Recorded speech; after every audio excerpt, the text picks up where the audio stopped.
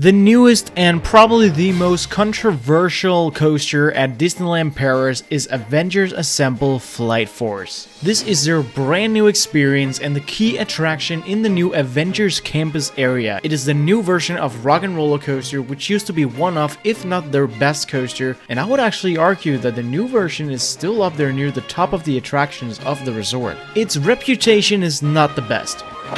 People flat out hate this ride. They shit on it either because they miss the old version, which is completely fair and understandable, or because they're just salty and are making up excuses as to why it's bad, which is quite sad to see. I've seen it being called lazy and an underperformance. Nonetheless, people still really seem to enjoy it a lot when I visit it, and this review will generally show how I find this attraction quite underrated. Fuck you, bitch!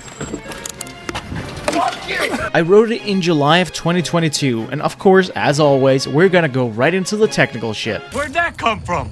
It's nanotech, you like it? So Flight Force is a Vekoma LSM coaster. It is one of only 3 in the world and one of 2 that are of the 1037-meter Disney layout. The only other one being the original Rock and Roller Coaster at Disney's Hollywood Studios in Florida. The only other one of this model as well is then Express Platform 13 at Walibi Holland, which is an almost clone.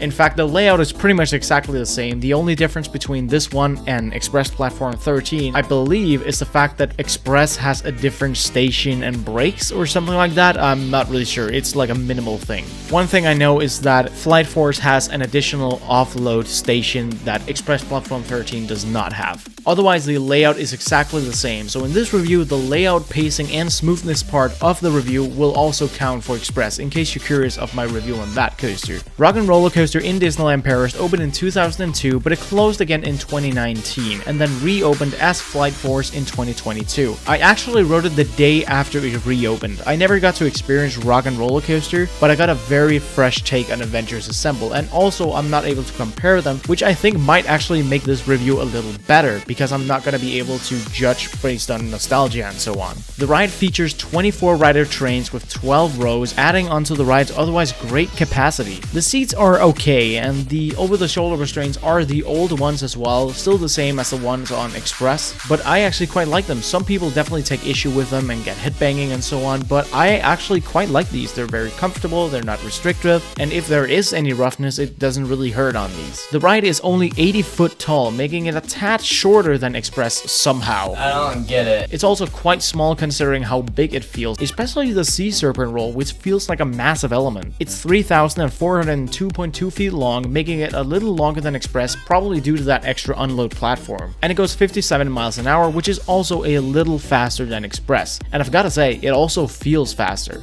From the first launch to the final brake run, it's 1 minute and 3 seconds long, which is really good and quite a long layout for an intense coaster. Doing that layout, it also features 3 inversions, 2 in the beginning in that Sea Serpent roll, and then 1 toward the end with a regular corkscrew. But before we talk about this underrated layout, we're gonna go right into the appearance category. There's only one God, man, and I'm pretty sure he doesn't dress like that. So of course you can't actually see the coaster. You're greeted by the great Avengers building, but that also looks beautiful and it has a fantastic presentation with the surroundings, such as the Quinjet for example, but also the bushes and so on. It looks absolutely beautiful, silverish, kind of reminds me of the Epcot ball at Europa Park. I absolutely love this presentation. It looks very intriguing as well, very official. It's down at the end of Avengers Campus as well, almost the same way as the castle is at the end of the main street in the main park. There isn't much else to say about the appearance. That's all I have to say about that. Other than there is a part of the queue line where you can actually see the launch pad through some narrow windows, and that looks fucking epic. But generally this ride has absurdly good presentation. Sometimes you gotta run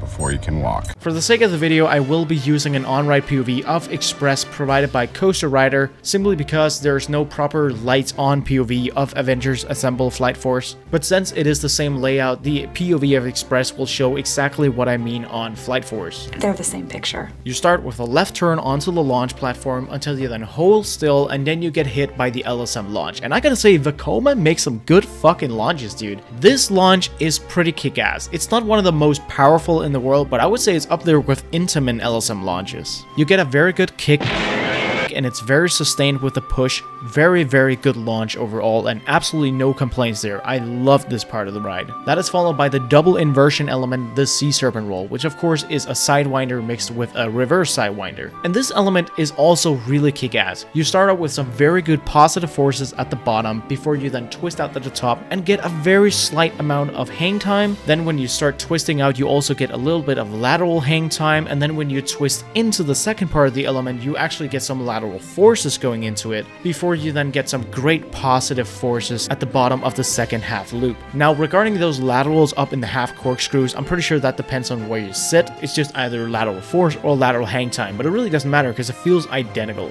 Overall, this is a great inversion element though. I absolutely loved it. This is followed by a large overbank that doesn't really have any forces, but then it moves into this valley here, which has some very surprising positive forces. You definitely get pushed well into your seat here. It was quite forceful. Then you have a straight section. On Express, this is just a normal straight section. There's no mid-course brake run here, but there might be one on Avengers Assemble. I honestly don't know. I can't see it. But since it's Disney, it probably is. After that, you have the best drop on the ride. You start with a left-hand turn, which if you're in the back row or just near the back, you're actually going to get a very good jolt of lateral forces before you then get another moment of good positive forces at the bottom of the drop. Once again, surprised me quite a lot. After that is a longer and slower overbank similar to the first one, and then you move into the corkscrew. And I gotta say, I actually really like these old Vekoma corkscrews. They feel very great because they're very misshapen as well. Because you're slightly overbanked when you go into the corkscrew, A little help, please. you get some very fun lateral hang time toward your left when you move into it that is a little more forceful than the laterals in the Sea Serpent roll. Then at the top of the corkscrew, you get some weaker hang time, and then you also get that lateral hang time again moving out of it, but toward your right side. And it is super fun. It's not uncomfortable toward the side of the car at all. It is very, very fun, very weird feeling as well, because it's of course not shapen properly. It's poor shaping, but it works to its benefit. After that is another slower overbank, as well as this drawn out valley slash turn that doesn't really draw any forces. This is definitely one of the more dull moments of the ride. That's boring. You're boring, everybody. Quit boring everyone! Then you turn into a mid-course brake run. Then you get another turn with great laterals, especially toward the end of the train. This following long turn here also continues with these laterals. They're definitely strongest at the beginning of the turn, but they're still slightly sustained at a little bit of force throughout the rest of the turn. The final element before the final brake run is then an element that does not fit in with the rest of the ride at all, but I absolutely loved it. This is a small banked bunny hill. I expected very weak floater on this hill before the ride, and here I'm talking about Express Platform 13 because I wrote that one first, but it actually turned out to have some great, very strong floater airtime. I would actually say it bordered on Flojector airtime, and it's not too short a pop either. This is a very fun little airtime moment to end off the ride with, as well as also getting a little bit of laterals on the hill as well. And that's the final brake run. So overall, I'd actually say this is a very good layout. It has several moments of great positive forces, a few moments of lateral force, and some very odd lateral hang time, and some weaker normal hang time as well. And of course, that final airtime moment. Overall, this is an underrated layout, but I understand why some people may have some issues with it, which we're gonna talk about in the pacing category. Go to sleep, go to sleep, go to sleep. So the pacing on Avengers Assemble is very mixed. There are mixes between faster moments with great forces and slower, dull moments. And I think it's those slower, dull moments that maybe make people not appreciate the layout as much, because that ruins the pacing by not constantly being good and having several moments that are just not as interesting. The straight sections, for example, slash the mid-courses. The turns that also don't really do anything. And then of course there are all the great elements in between. So the pacing regarding the elements is poor. However, the sense of speed is never that far down, especially on Avengers Assemble because of the darkness. The darkness makes everything feel a lot faster, and it greatly reduces the boredom of some of the slower moments. While I do think that a lot of these overbanks should have probably been lower to the ground or maybe tighter in their shaping if possible, just to keep the pacing up, it at least constantly feels like you're going fast because of the darkness and because of the lower to the ground elements. A thing that can often ruin pacing on a coaster is also if it ends off with a non-interesting element or just gets worse as the ride goes. But luckily the ride actually ends with some good laterals and a really fun airtime moment, so it doesn't feel slower and slower throughout the layout. Overall, quite inconsistent pacing, but the darkness and the effects as well make it a lot better. I can do this all day. Yeah, I know. Overall, this is actually very smooth for an old Vekoma. It's a little shaky here and there, but the transitions are actually taking quite well and it's quite smoother than a lot of other older Vekomas out there. It definitely doesn't have those same snappy, horrible transitions as on an SLC. Some might have some issues with the smoothness on this ride, and I think I would say that Express Platform 13 is just a tad smoother, but honestly, I had no problems with the shakiness. It didn't bother me in the slightest. In some ways, I actually quite liked it. This ride is very well taken care of. It's almost as smooth as, say, Demonin, for example, so I really say kudos. GG's, bro! For an old Vekoma, this is super smooth. I am Iron Man. Right, so the theming is definitely the most controversial part of this ride because people love the old theming and also just say that the theming on the new coaster is garbage. I'm gonna have to go ahead and sort of disagree with you there. The ride is themed to the Marvel Cinematic Universe. I can't quite figure out when in the timeline due to Iron Man being there, but it also seems like it should take place after Endgame, I think.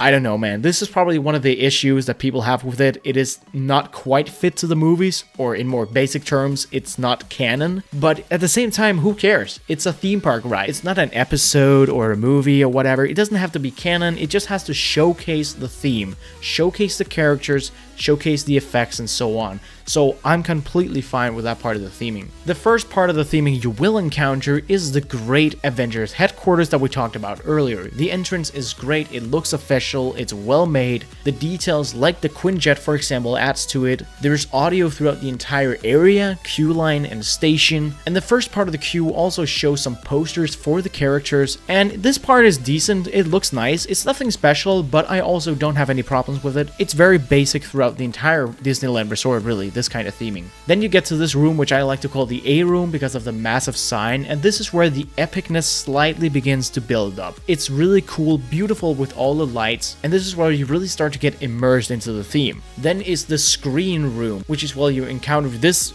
arc reactor thing, as well as a massive screen with Iron Man and a bunch of the characters. The one I saw there was Captain Marvel, and the screen itself looks really good. It's generally a very cool thing, and it gives you some introduction to the ride itself and the story. Then you get to this part here where you can see the launch pad through the windows, which is so fucking epic. There was a guy there that looked at me who looked scared, looked me dead in the eye, and then it launched, and it was epic as shit. I fucking love this little part of the queue. Then you get before these doors where you don't know if it's the station or whatever is on the other side of the doors, but when they open and the music starts playing, you're then encountered by this awesome looking Iron Man animatronic. Generally, Disney are by far the best at animatronics I've ever seen in any theme park. They are so amazing at animatronics on all their rides, and Iron Man here is a very good example of that. The lights change, you feel like you're really getting briefed for some sort of mission. Captain Marvel comes in and says they need your help, which is also awesome, really hypes you up for the ride. We've got a situation. As you know, 3 warheads are headed our way, and we need your help. And man, I just love this pre-show section. Very immersive, very good at hyping you up, and everything looks so great. Good details, very good theming overall. Then you get to the station, which is not the most detailed ever, but there are some nice details here, mainly the lights, and of course the cars, which also look fantastic. Look at this, oof! Then there is the launch build-up, and oh my god, this was so epic. The music starts building up, you don't know when you're gonna launch. It's incredibly epic. I've said epic a lot of times now, but that is one of my favorite things about theming. It is grandeur and epicness, and this ride has it. The music truly builds you up, makes you feel so hyped for the launch itself, and when it finally kicks in with the onboard audio, which by the way is continued throughout the entire ride and makes it so much better. I love onboard audio and it is all over the place. But yeah, when you then finally hit that launch, it feels extra epic because of that theming. I think Inside the Darkness is also where people have a lot of problems with the theming. There are not a lot of effects in there, and I'm sure Rock and Roller Coaster had a lot more as well. That seems to be what people are saying. But nonetheless, there are definitely still some effects in there. While there are few effects, the existing ones are really cool. There's a moment with something that follows the track along with the train, making you feel like you are truly flying in space, and it's awesome. I'm so awesome! show off. Most of the other effects are not super memorable, but it's okay because I really like the darkness as well. A lot of people seem to find it boring that it's just in the darkness a lot of the time, but not me, dude. It makes it feel faster and more intense. I loved it. When you then finally hit the brake run, you're greeted with lights again. It's like a great light show. There's music being all grand. When you then get off, there's not a ton of theming left. The end of the ride is kind of the end of the theming because there is a gift shop. Butt scratcher! But that's okay. Overall, the theming is super epic and awesome. It is definitely the best in the queue line and easily in the pre-show. It's still really good throughout the ride itself. There's just not a ton of it. And it's not the most memorable as well. But what is there is still really fun. Sure, it's overall not mind-blowingly immersive, but I still walked away very satisfied with the theming, and it managed to get me very hyped and excited before and doing the ride. I can't remember last time I made a review where I talked this much about the theming, but this ride deserves it. I'll whoop your ass! If you're nothing without this suit, then you shouldn't have it. It is a fucking awesome ride experience. It's an awesome layout that feels super fast, has several fun moments of forces. The theming really manages to boost it, so it's not just a fun and great coaster like Express, but also an overall epic ride, and I was blown away. It was my sister's favorite ride at Disneyland Paris.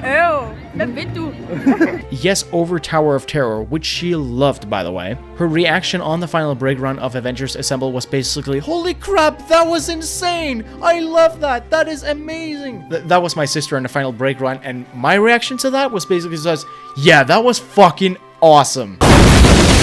I've said the word awesome a lot throughout this review, but that's because I think that's the perfect word to describe this ride. It's just pure awesomeness. For a final rating for Avengers Assemble Flight Force, I'm gonna give it a 9 out of 10. Honestly, the layout or anything isn't world class in any way, and the theming wouldn't necessarily be world class on its own, but because of the mix of it, that's what gets it up to 9 out of 10. This is a fantastic ride. I recognize the council has made a decision, but given that it's a stupid-ass decision, I've elected to ignore it. Please give it a chance. It doesn't have to be the best in the world just because it's Disney, and it makes perfect sense to miss Rock and Roller Coaster. I absolutely understand that all the way. But I very much encourage people to just look at this for what it is, not look at it as something that's supposed to be the best Disney ride in the world or something that isn't as good as the old coaster. Overall, this is still a very impressive ride in my opinion. I completely get if you don't agree with me, that's totally fine. I would love to hear your thoughts about it in the comments below. But for me, it's easily one of the best attractions at Disneyland Paris. I rank it a lot higher than Express Platform 13 as well, just because of all the extra stuff like the theming, even though the layout is the same, and I love both rides. So overall, yeah, those are my thoughts on Avengers Assemble Flight Force. I'm baffled to hear people hate on it as much as they do. Please let me know in the comments below what you think about this coaster if you've ridden it. If you don't, let me know what you think of it beforehand or of Rock and Roller Coaster for that matter. I would love to hear that as well. Thank you so much for watching. I'm sorry if I went a little ranty, but I really just wanted to express my feelings about this ride. And my god, I enjoyed making this review. Have an awesome time. Buddy boys.